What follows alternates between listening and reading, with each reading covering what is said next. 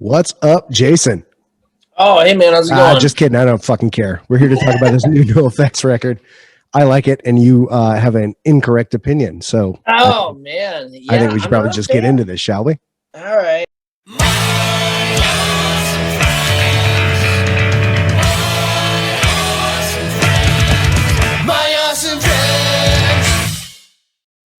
We started to get into it the other day, and Val almost had to step in. Yeah, that's accurate. So I guess my first question is, what the fuck's wrong with it? All right. I mean, I have notes on every single song. If we want to break it down, hold on. Should we maybe establish a couple of things that we don't really talk about here? Sure. All right. Sure. Are there songs that we agree are good songs and don't need to touch on? Probably. I mean, we could. Although I mean, I'd like to. For the most part, I'm going to be shitting on this album. Okay. And I would like to hit the highlights that I think should be recognized. Okay. But I'll keep it brief. Sure. Okay. Then let me just say a couple of things about my position on this argument conversation. Number one, from Ribbed up until War on Errorism, I'm the biggest NOFX Fat Mike fan. Their songwriting has had a huge influence on how I write songs and think about music. And he has been a huge influence on my bass playing, especially. After that, though, Wolves and Wolves Clothing up until what was the last one? First Ditch Effort. I'm super hit or miss on those things. Now, I know we're not talking about the discography, but I personally feel like Wolf and Wolves Clothing is underrated. I think there's some really good songs on there. Maybe that's another conversation. It might be. But yeah, overall, not particularly great. And I'm 100% on board. In fact, I am currently wearing my NOFX sweatshirt from the 1996 tour. Nice. I believe from the Punk and Drublick tour. So okay. I'm also drinking one of these guys. Oh boy. The old Punk and Drublick beer.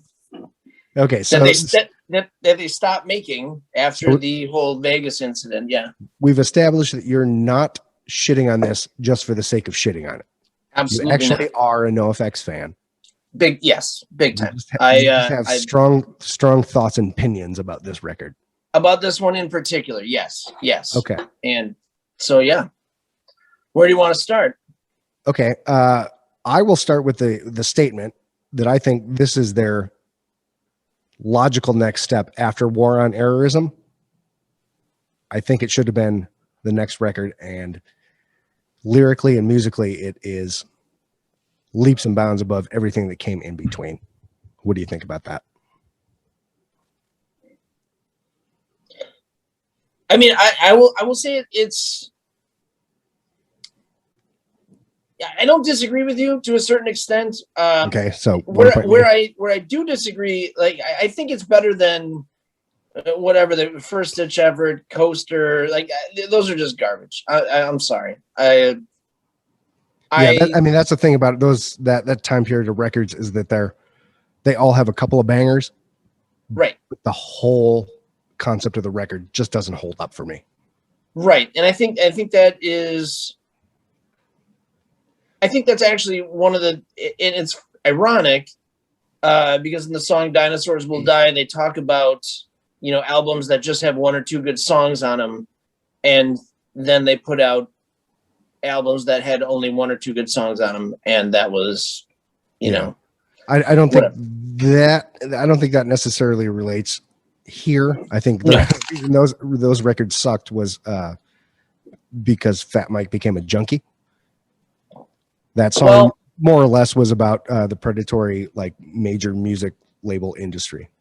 I get that. I get that. That was just a little whatever. Take it, leave it, pound it. Well, whatever. You tried. I shut you down. It's fine. Yeah. So now I will actually. So in also in learning about this album, because the first time I heard it was the day that it came out. We were actually driving up to Granite Peak for the snowboarding weekend. So, you know, we put it on and we're like, yeah, it's going to be, we'll give it a shot. It'll be upbeat. This will feed right into the weekend. We'll probably listen to it all weekend. So what Honestly, you're saying my is you had a third- couple of preconceived notions about a NoFX record, and because it wasn't a happy time record, it ruined your. No. I mean, well, I tell you what. Here's why I had preconceived notions. They released 6 singles from this album prior to the album coming out. All of those singles had a maybe I'm mistaken. They released I can think of 3, and that's enough. Okay, that's fine. Yeah. The Linoleum one, which had a series of music videos that were The great. first time that came out was when they did the Decline at Red Rocks. That was like the B-side to that. That's right, because you got that and played it for us, and I was like, "What the fuck is this? This is amazing!" Right?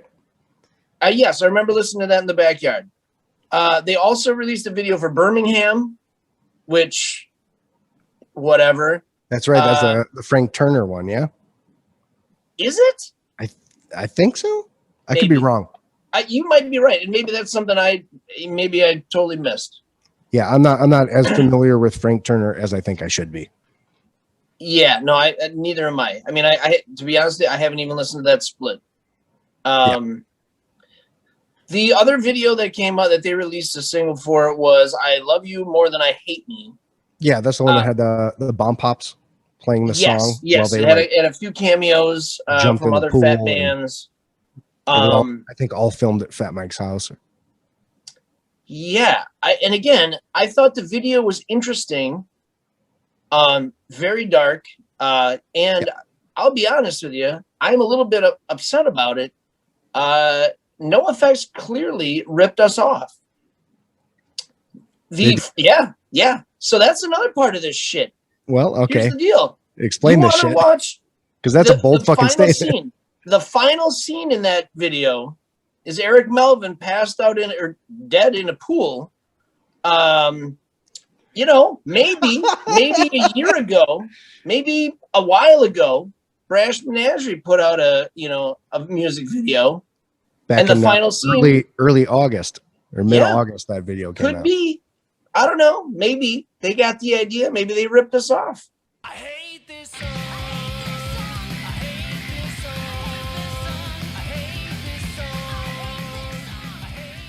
Yeah. What about that, Mike? You know? Well, maybe we should put them in one of our videos. All right, we'll steal your final shots. We'll just cut that footage into it.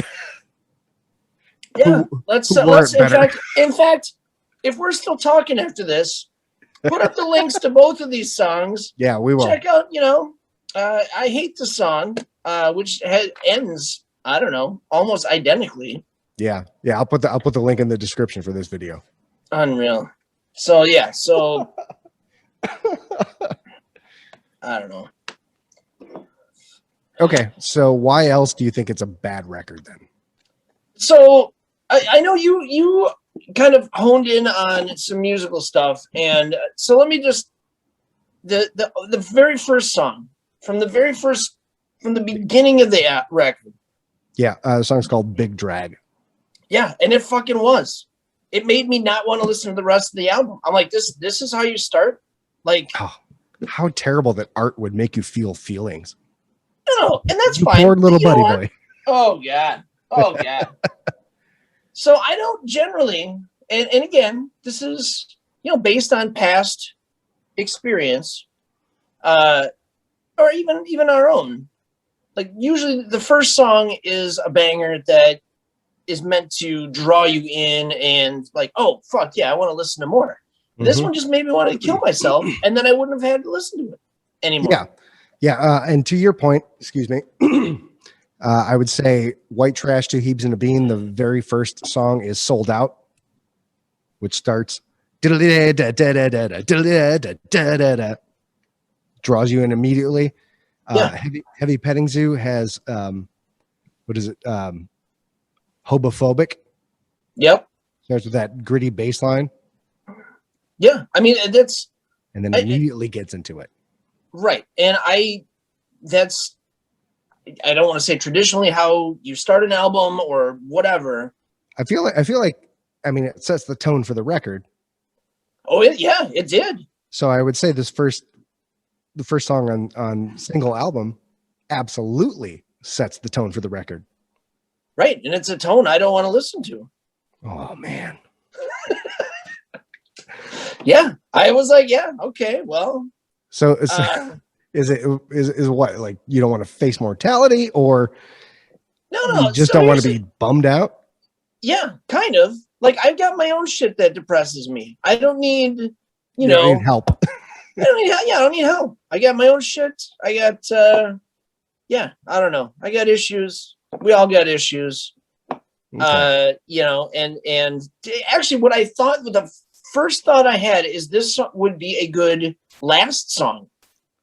Like this would be a good song to end the album on. Yeah. And then I got to the end of the album and I was like, holy fuck, this is even goddamn worse. Like you have so many final songs on this album. It's half the album should be the last song. The whole thing is depressing. I will grant you that, but I don't see that as a problem. I don't see that as a detractor. I think it's because they're all 50 fucking years old. Fat Mike is a recovering junkie. They've seen some shit. They've done some shit. Like, you've read the book. I haven't even read the book yet. Oh, it's fucked up. Yeah. Right? They've seen and done some shit. This just seems like what should happen. Maybe, except that I feel like most of the shit that happens is all self-induced. You know what I mean? Like, I don't feel like. So here's another thing I'd like to make clear. Fat Mike is a self-absorbed fucking asshole. Always has been, always will be. That's fact. That's like baseline. Yeah, I've met him. He was kind of a dick. Yeah. Right. Yeah. So when he does shitty things that are shitty to everyone and himself, like, I don't know, peeing in some tequila and making a room full of people drink it right. at South by Southwest, that's the kind of shit I'm talking about. Yeah. Right? He's a terrible person. Yeah. Okay. Yeah. If we want to set that as a baseline, yeah, that's fine. Yeah. I guess my point is, though, like, it makes for some songs. It does, absolutely. And as somebody, I'm not anywhere near that level. Excuse me. The whole reason I started Brash was I was going through a shitty fucking divorce, and I needed to vent. And I know that is exactly his situation.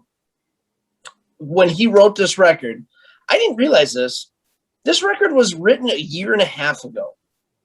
It was originally supposed to be a double disc. It was supposed to be 23 songs. Mm-hmm. And the 13 that were not used were upbeat and happy. And he said, fuck it, I'm not doing that. We'll shelf those. Which is fine. Whatever. No. That double album is coming out like this fall. Okay. Yeah, so those other songs are coming out. And I think you may be incorrect when you say that it's happened like a year ago. I literally watched an interview with him this evening, and he said he wrote it. Then. So he wrote it a year and a half ago, and then then Frank Turner called him up and said, "Hey, I have all your songs done." They forgot that they had agreed to do that, so they recorded his songs and released that one first, and then released this one. Yeah. Yeah, But, I know. Anyway. I also saw an interview where he said that they were in the studio recording this, and then like it just ended up being like 20 songs. Yeah. Right. And unless you're Rancid, you can't put out 20 songs anymore, you know? No. I actually, so here's another goofy thing. Bill from the Descendants recorded this album. Yeah. And I like his stuff. So even the The production was great. Mm-hmm. I had a few issues with Your Last Resort where he was using the distorted vocals over the piano, which I thought was really fucking weird. Do you mean at the beginning or the end of that song? It's the whole song. He has distorted vocals through the whole song. I will say that the intro to that song is really not very fucking good.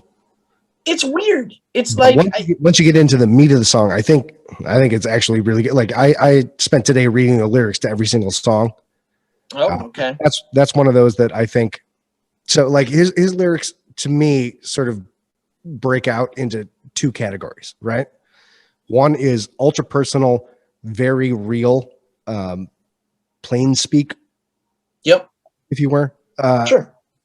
Lyrics, and the other ones are basically fucking poetry. Okay. Right. All right. So some of these are poetry, and some of these are just like, I know a guy or a fan of ours that has cancer finally got in touch with me and got me to write a song about him. And here's that song. So it's okay. All Yeah. right. So we'll get into that one. I think that is a very cool thing to do. Absolutely. I thought the song was forgettable. I didn't think it was good. I feel horrible saying that. I feel horrible saying that. I mean, it's not supposed to be that song was, I don't think, ever meant to be like, Bob or the Moron Brothers or. I don't disagree with that. It's not on that level. It's a personal song. And the lyrics clearly say, I didn't want to do this, but, yeah, here it is, Mm-hmm. and the way that it ends is, even the ending is the ending of the song is, and I'm paraphrasing here. I don't have the lyrics pulled up, but it's okay. I'll write the song, but it's going to be short, just like your life, right? Something like, or it's going to be cut short. Yeah. It's something in that vein. Yeah. So again, I think kind of a cool nod, but kind of like, I don't want to say a cop out, but like, I don't know. But to me, it falls that kind of thing falls in the same vein as Nubs. Yeah, I mean, I guess. Like that's a real person you met. That's a fan would actually come to punk rock shows in a backpack on her boyfriend's back. Right. No, I get that, but that was also a super Nubs was catchy. It was like I'll never forget, I'll never forget it. Yeah. This one, right after I listened to it, I was like, I don't even remember what I just heard other than that last line and something about the records music therapy in a record store or something. Mm-hmm. And that's it. Like I don't even remember the melody. If you were to say, hey, here's $100, hum me the melody. I don't know. It was just forgettable. Easiest $100 I'd ever make. Well, I mean, I'm not paying you. You'd be paying me. Oh no, that'd be a bet. Can you do it? Yes. No. Whatever. Okay. All right. I digress. Enough. Whatever. All right. So there are some downsides to this album. Songs that I don't like super well. Okay. As I'm looking at my iPad here, Doors and Fours, the one about drugs in the 80s. Yeah. I get it. Like it's where he grew up. That's what was happening. But again, it was, so I kept noticing too, like there's super long intros to songs that are boring and they don't really pay off. Like Doors and Fours is a perfect example of that. It was kind of a grimy, like I didn't hate it. Grimy, slow, sludgy sort of song. But which it never weirdly paid enough off. Also has a fucking steel guitar in it. Yes. Yeah. It starts out very country, twangy. Not very, but like they add that in there, Okay. which is something, I don't know, you and I have never thought of doing. So I don't know. I'm not saying pro or con for that. That's inconsequential to me. My point is that the song to me is just kind of, it's boring. It's a boring song. Yeah. No, I kept expecting after that slow build up, I was like, okay, here's where they're gonna, even on like your last resort, the buildup was slow and depressing, but it came to a certain point, they punched does it eventually and, hit, and it yeah. made sense. Like, yeah, absolutely. I got that. Doors and Fours, like they made a video for it. It's not good. It's did? like, yeah, there's one out there. That was another one that they released ahead of time. Okay. And it's like, I don't know. Yeah, I just kept expecting something to happen and it never did. I don't know. Yeah. You know, I like, the more we talk about this, the more I still think I'm right and you're wrong. So, all right. I mean, you haven't really persuaded me to change my mind at all. Yeah, but you also haven't said anything other than it made me sad. Yeah, but that's not why. If the point of music is to make you have feelings, is there a tangible thing you can grasp onto to like express why it's not good to you? Yeah, it's depressing as fuck, and I don't want to listen to things that make it's me art, depressed. Buddy. Art is supposed to make you feel feelings, right? And I don't have to, like, you know what? Here's the thing, you know, art can make you feel things, but if it makes you feel things you don't want to feel, I'm not obligated to look at it. I don't have to say, you know what I mean? Like, yeah, but that doesn't inherently make it a bad thing because you don't like it, right? I want to hear why it's bad. We like. See, that's but here's the difference though. We are talking in matters of opinion. You have one opinion, I have another opinion. Yeah.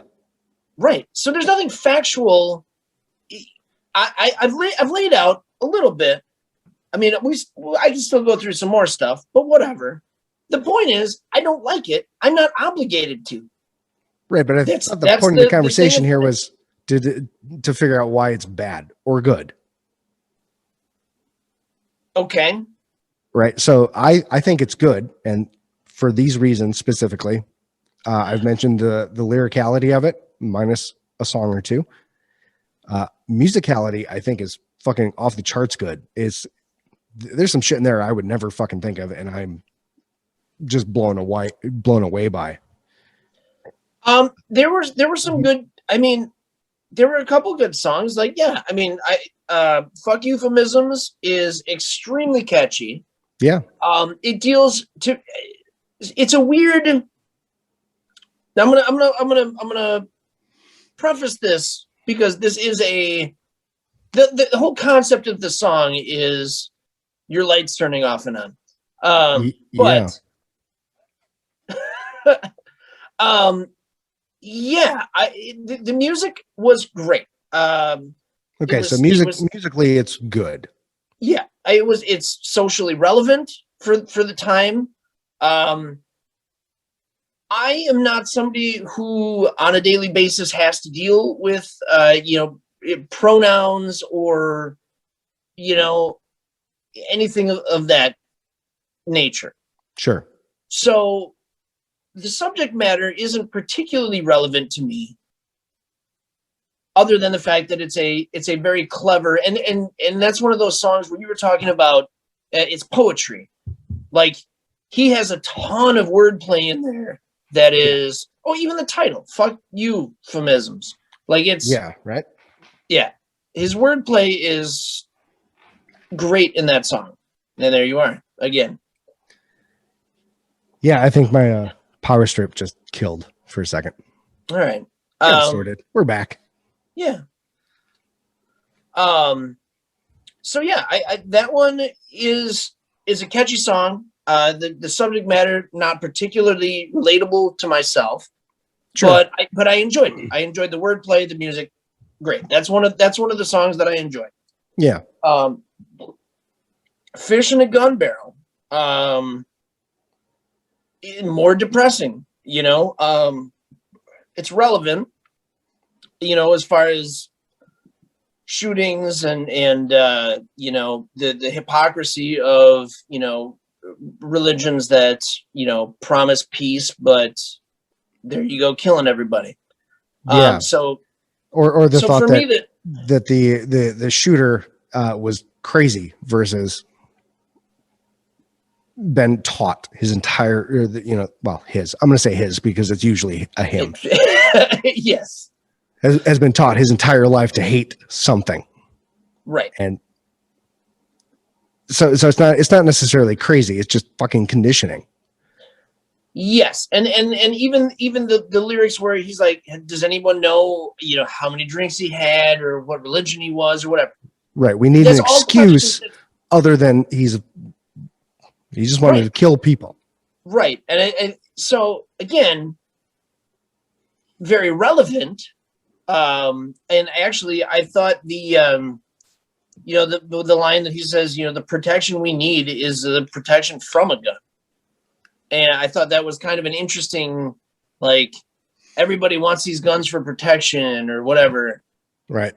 And that's, it's the cause and the, Yeah. Is the protection we need from a gun, or do we need to be protected from a gun? Right. And so as far as that song, like, I didn't like the music in it. I thought it was just okay. But it wasn't standout musically, but there's nothing bad in it, so I'm not going to shit on that part of it. No, I mean, it was kind of it had kind of the one thing that I do enjoy is that they borrow from different styles, and that one was more of like a ska reggae. It was okay, but again, I was really only the lyrics were okay, were good, but yeah, what happened? I just dropped my phone. Oh god. All right. I don't know. I also so Grieve. I think Grieve Soto is the only one we haven't really touched on yet. Yeah, more or less. And I thought it was. I know he said in interviews that Adolescents were, one of his favorite bands, and I think it's nice to do a, obviously a nod to, to him. But I don't know. I didn't think it was that great of a song. Like, it was okay. But yeah, again, that's not a standout song. There's nothing super lyrically in there that really grabs you. I think the only thing I did like, the only thing I thought that was a little bit clever in that particular song was when he says, he basically says himself, and he's like, "Oh wait, fuck, I'm not dead." And it was a little clever, but like, again, yeah, you put yourself in somebody else's song. Here's the actual lyric. I have it right here. Oh, perfect. Mike Burkett, don't put me in the song. I'm not dead yet. Good band. I'm just singing this to make sure you don't forget to be cautious, more respectful, less obnoxious, because you've been getting hated, making the cool things you've done in your life negated. So he's saying to himself, stop fucking up, because you've done cool shit. People like you.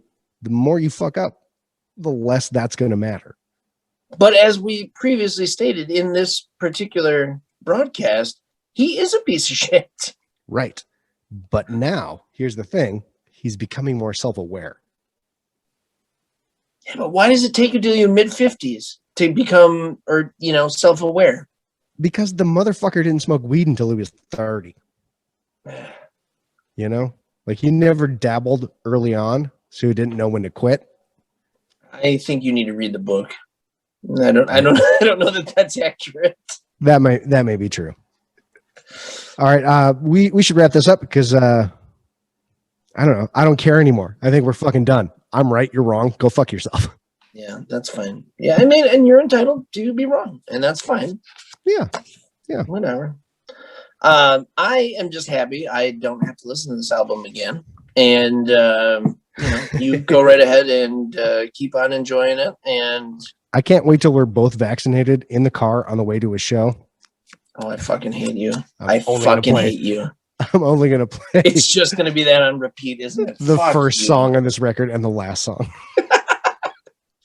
So they're both, okay, they're both the last songs. All right, got it. All right, this has been My Awesome Friends bonus episode. Jason and Deegan argue about NOFX's new single album record. I I don't know. Get into the comments. Say whatever you want to say. We don't give a fuck. Because Actually, you know what? I want comments because absolutely. I have seen your page blow the fuck up with pros.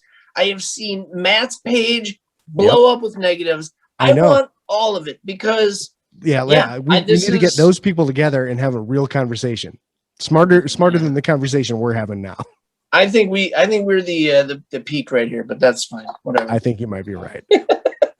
All right. All right. Like We'll and subscribe. Enable notifications.